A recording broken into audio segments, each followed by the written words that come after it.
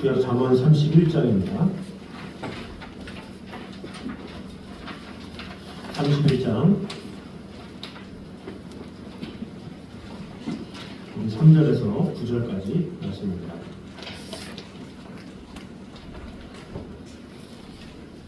31장 3절에서 9절까지 말씀입니다. 교독하도록 하겠습니다. 내 힘을 여자들에게 쓰지 말며 왕들을 멸망시키는 일을 행하지 말지어다.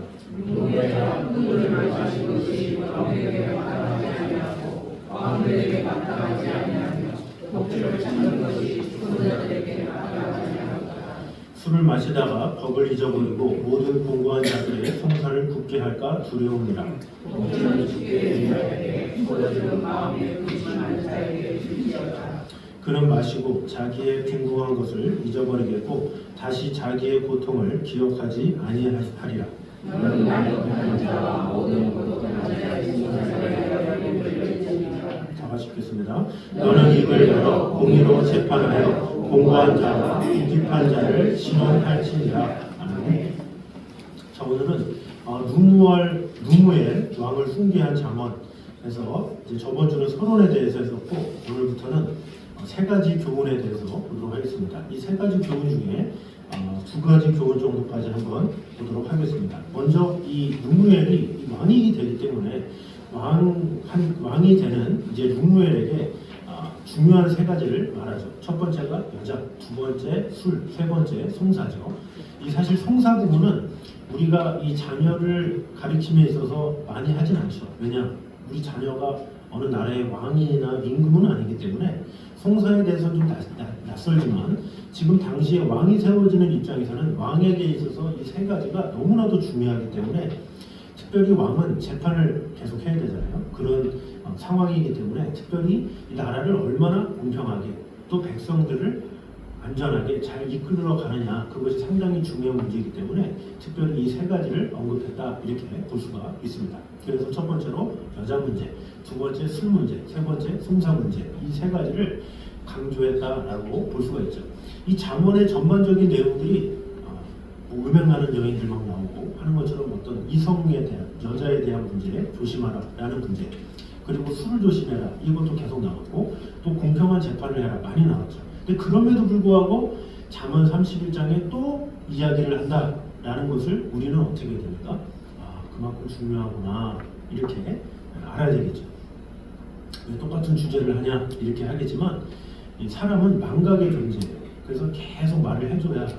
그리고 사람이라는 존재는 들을 때 깨닫는 존재가 아니에요. 당하고 나서 깨닫는 게 우리 인간이에요. 딱 들을 때는 그래, 나도 알아, 이러다가 한참 있다가 나중에 당하고 나서 그제서야 맞아, 이런 것이 인간이에요. 예를 들어서 아이를 낳기 전에 엄마의 마음을 모르잖아요. 근데 안다고 해도 몰라요, 그 마음. 근데 자식을 낳고 뭔가 그러고 나서 그제서야 그랬구나, 이렇게 아는 거죠. 뭐 이성 문제나 뭐 술에 대한 거나 이런 것들도 마찬가지예요. 특히 대부분의 많은 사람들은 교훈을 많이 들어요. 근데 들었을 때는 별로 감흥이 없어요.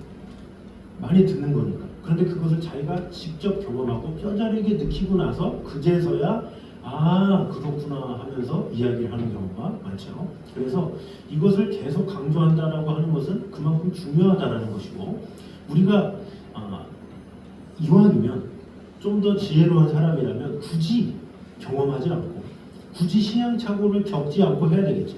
그래서 우리도 사랑하는 자녀들이나 손주들에게 이런 이야기를 하겠죠. 당연히 중요한 부분이기 때문에 이성 문제, 또 술에 대한 문제, 관계에 대한 문제, 이런 것들을 할 때도 이왕이면 그 자녀나 손주들이 큰일을 당하기 전에 미리 알면 좋잖아요.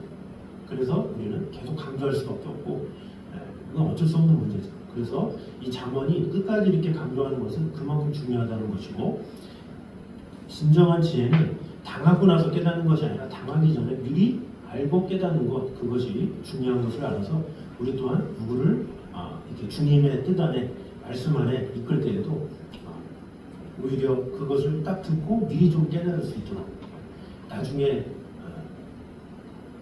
다 저질러 놓고서는 수습하려고 그런 삶이 아니라 그거 하기 전에 미리 예방하는 그런 삶이 참 중요하죠. 그래서 항상 뭐든지 미리 예방하는 게 참 중요해요. 그 자동차도 제가 이전에 말씀 전한 적 있잖아요. 정비형 인생하고 수리형 인생이 있다. 이 정비를 평소에 안 하는 사람은 나중에 수리비만 더 들어요. 평소에 정비만 했으면 조금 불편하더라도 내가 미리미리 체크를 하고 하면 괜찮을 텐데 체크를 미리 안 하고 안 일했다가 나중에 수리하게 되면 막 돈이 막 100만 원, 200만 원 막 많이 들잖아요. 그런데 미리미리 정비하면 이렇게 차에 마음을 둬 하지만 마음을 두는 게 아니라 정비를 해놔야 나중에는 큰 수리를 안 하게 된다는 거죠.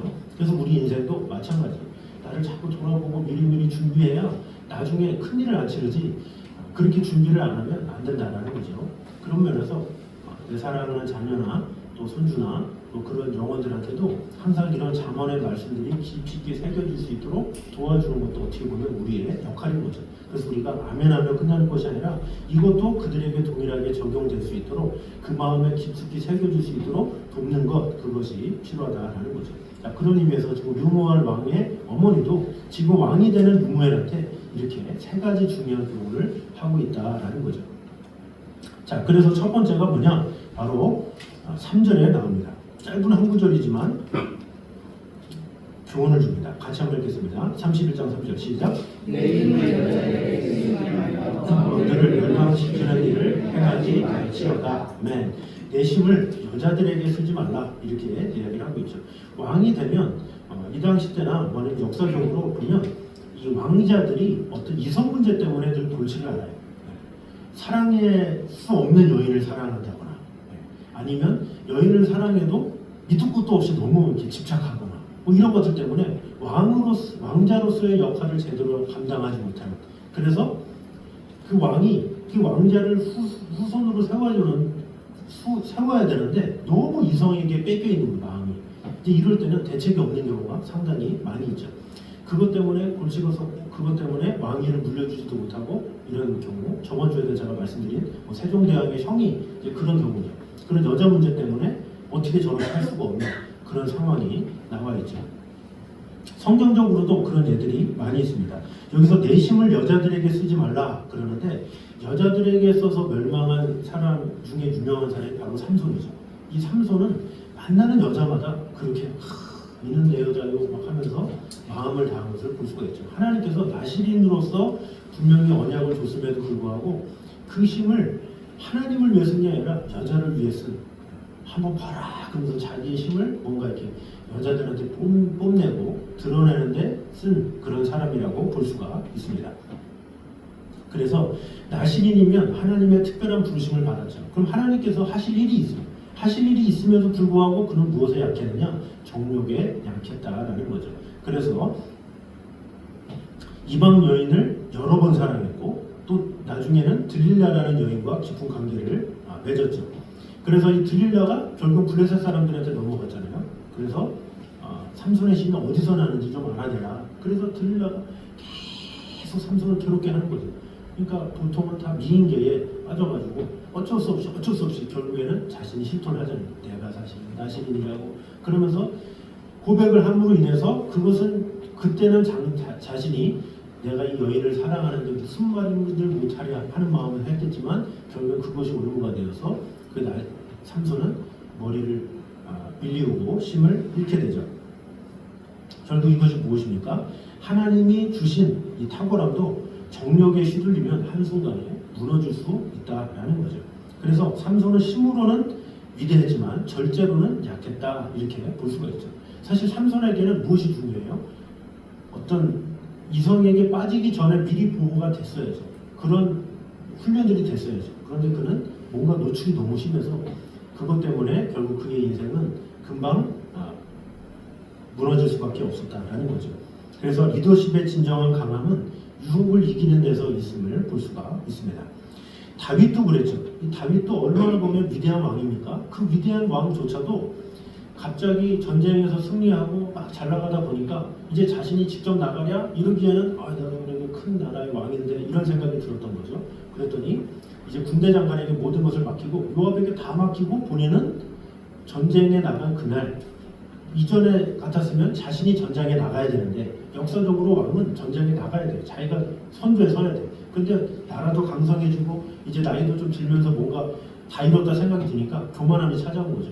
그래서 전쟁을 다 맡기고 본인은 이제 편안한 마음에 자기 자택의 위를 이제 올라간 거죠. 근데 그 옥상에 올라가서 거기서 이제 건너편에서 샤워하는 여성을 이제 보게 된 거죠. 그런 밧세바를 불러서 결국에는 어떻게 됩니까? 간음을 저지르고 또 임신을 하게 되죠. 이를 덮기 위해서 어떻게 됩니까? 남편 우리아를 전쟁터에 가서 죽게 만드는 아주 극악무도한 일을 저지르게 됐죠. 그렇게 해서 결국엔 밧세바를 아내로 삼아서 이제 자녀를 낳게 되죠. 근데 거기서 끝납니까? 아니죠. 하나님의 진노는 거기서 끝나지 아니하고 아이가 그렇게 해서 난 아이는 죽었고 그 다음에 난 아이가 솔로몬이잖아요. 그리고 다윗의 가정과 나라는 끊임없는 분열과 고통이 시작되죠. 그래서 암논이 다말을 범하게 되고 또 압살롬이 형제를 죽이고 쿠데타를 일으키고 그로 인해서 이 다윗이 압살롬에게 결국에 쫓겨나가지고 이 왕으로서의 신분에 엄청난 타격을 입는 그런 경우가 오게 됩니다. 결국 이 모든 시작이 뭐예요? 한순간의 욕망이죠. 다윗의 한순간의 욕망이 자신의 자녀들뿐만 아니라 그 나라까지도 큰 충격에 휩싸이게 되는 결과가 오게 되었다라는 것이죠. 그래서 공적인 위치에 있는 사람일수록 사적인 정결에 더욱더 철저히 지켜야 된다라는 것을 보여주고 있습니다. 그리고 은밀한 유혹이 가장 치명적이다라는 사실을 알아야 합니다. 또 세 번째로 이 관계에 대한 이 관계의 순결이 바로 순결한 자가 바로 하나님께서 주시는 권위의 신임을 알 수가 있죠. 그 중에 한 예가 바로 요셉이 그랬죠. 요셉이 보디발 장군의 집으로 갔어요. 그 보디발 장군의 집으로 가서 인정을 받았죠. 가정의 총리가 됐죠. 그럼 이제 직위도 됐고 이제 하인들을 다스리는 상황이 됐고 그러다 보니까 그런 멋진 모습을 본 요셉의 아내가 이제 유혹을 한 거죠. 자, 요셉의 아내가 이제 유혹을 하는데 얼마나 부한 사람이고 그러다 보니까 기름도 많이 바르고 많이 갖고 오고 뭐 그러면서 이렇게 하겠어요. 그렇기 때문에 어떻게 보면 유혹을 당할 수밖에 없는 그런 상황이라고 볼 수가 있죠. 그러니까 누가 보기에는 무슨 아줌마인데 무슨 뭐 유혹을 당하냐 뭐 이렇게 생각할 수 있겠지만 뭔가 이렇게 잘 가꾸고 또 어떤 높은 위치에 있는 또 사람들은 뭔가 좀 인위적인 걸 하잖아요. 그래서 겉으로 보기에도 좀 달랐고 또 거기다가 권위라는 게 있어요. 권위욕이 있다라는 거죠. 그래서 그 당시 때 사람들은 뭔가 상대를 범한다라는 것은 상대의 권위를 취한다라는 의미가 있어요. 그러니까 요셉이 만약에 그 요셉 그 보디발 아내를 만약에 동침한다 그렇게 되면 보디발 아내의 권위를 내가 갖는 결국에는 보디발 장군의 권위 가운데 이르게 되는 그런 권력욕까지 얻을 수 있는 그런 거라고 볼 수가 있는 거죠. 그러니까 욕심이 가득하게 되면 그런 생각을 할 수가 있는 거예요. 주인이 알면 어떻게 되지? 이게 아니라 내가 이 보디발 장군의 아내와 관계를 맺고 이렇게 되면 나도 그런 보디발 장군 위에서 오히려 이 여자를 이용해가지고 더 내가 크게 될 수 있는 여러 생각이 들 수가 있다는 거죠. 그런데 그것을 어떻게 돼요? 요셉은 보디발이 두려워서 이것이 아니라 하나님이 보시는 것, 하나님 앞에서 내가 어찌 득지하리요 하면서 그 자리를 박차고 나오죠. 그래서 이 요셉은 관계에서 순결을 지킴으로 하나님의 권위를 입죠. 그 권위를 주님께서 아셔서 정말로 네가 귀한 사람이구나 하면서 하나님께서 그를 세우신 것을 볼 수가 있습니다. 그래서 진정한 권위는 자리에서 오는 것이 아니라 이 삶의 순결함에서 온다 이것을 알려주고 있습니다. 그래서 특별히 이 왕의 어머니가 왕에 대해서 여자 조심해라, 이성을 조심해라 이렇게 했던 것처럼 우리의 자녀들, 손주들도 항상 이런 이성 문제 때문에 넘어질 수가 있어요. 이제 그런 것들에 대해서 아직 어리니까 뭐 이렇게보다는 오히려 어릴 때 너무 이성에 몰입되지 않도록 잘 도와주고 올바른 이성관을 가질 수 있도록 하는 것은 참으로 중요하다라는 것을 알아야 하겠습니다. 자, 두 번째는 이제 술에 대해서 이제 교훈을 하고 있습니다. 우리 술에 대해서 우리 4절, 5절, 6절, 7절 이렇게 나오죠. 교독하면서 다시 한번 해보겠습니다. 4절 제가 읽겠습니다. 누무해라 포도주를 마시는 것이 왕들에게 마땅하지 아니하며 독주를 찾는 것이 주권자들에게 마땅하지 않도다. 술을 하는 자가 어리를 버리고 모든 공허한 자들의 손살을 붙게 할까 두려움이라. 독주는 죽게 된 자에게, 포도주는 마음에 근심하는 자에게 줄지어다.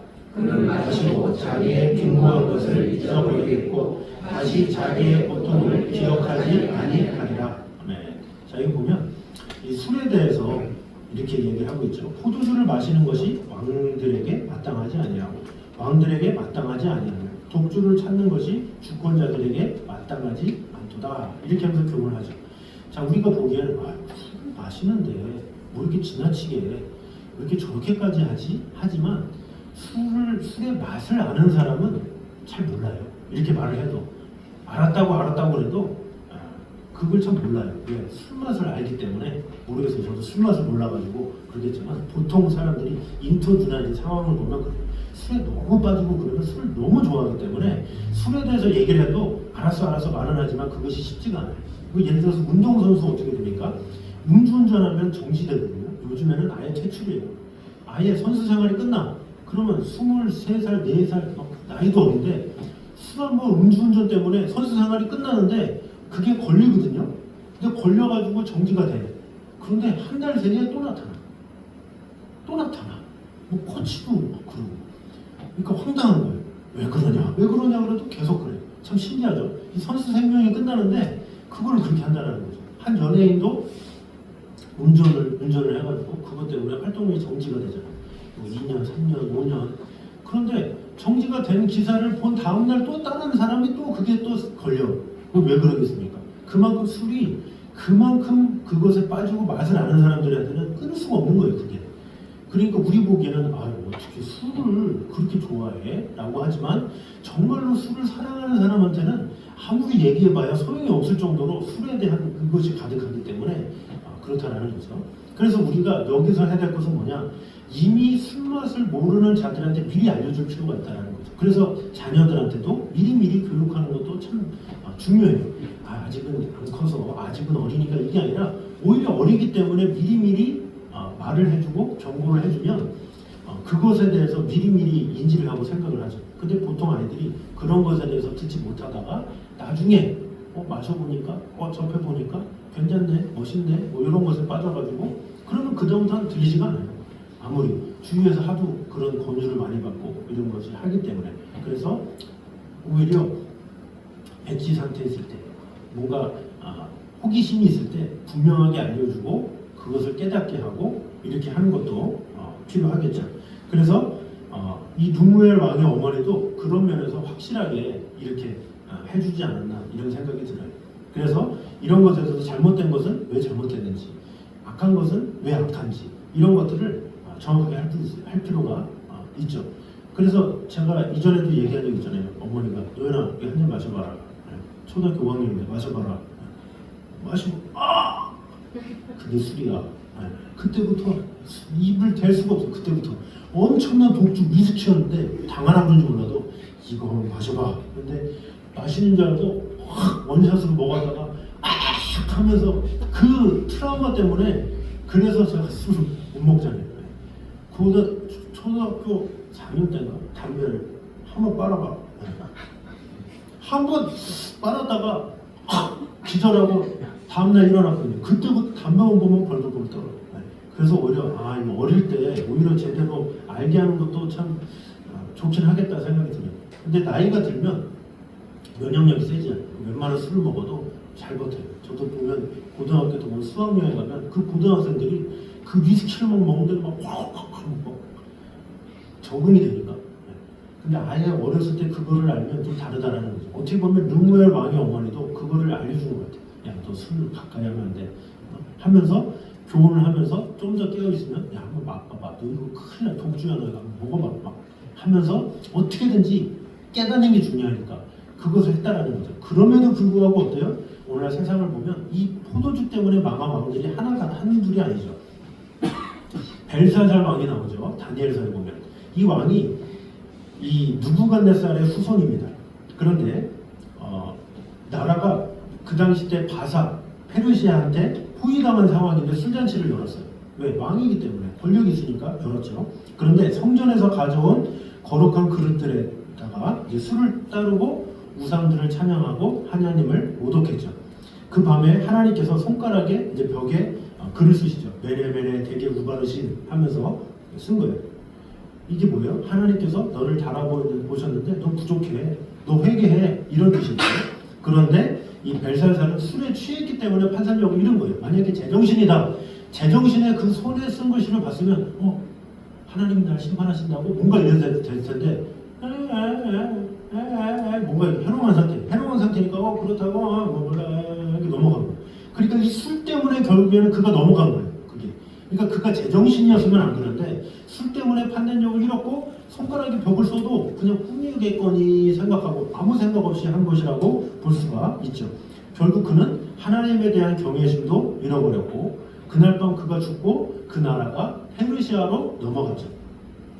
결국 이 술이 한 제국의 몰락을 앞당긴 결정적인 도구가 된 것이죠. 알렉산더 대왕이 있습니다. 마케도니아와 그리스 제국을 통치한 이 알렉산더가 이 33살에 사망할 때까지 대제국을 이룬 대단한 사람이었습니다. 그런데 이 사람이 승리한 뒤에 어떻게 했느냐, 그 연회와 술자리에 중독이 됐다고 그래요.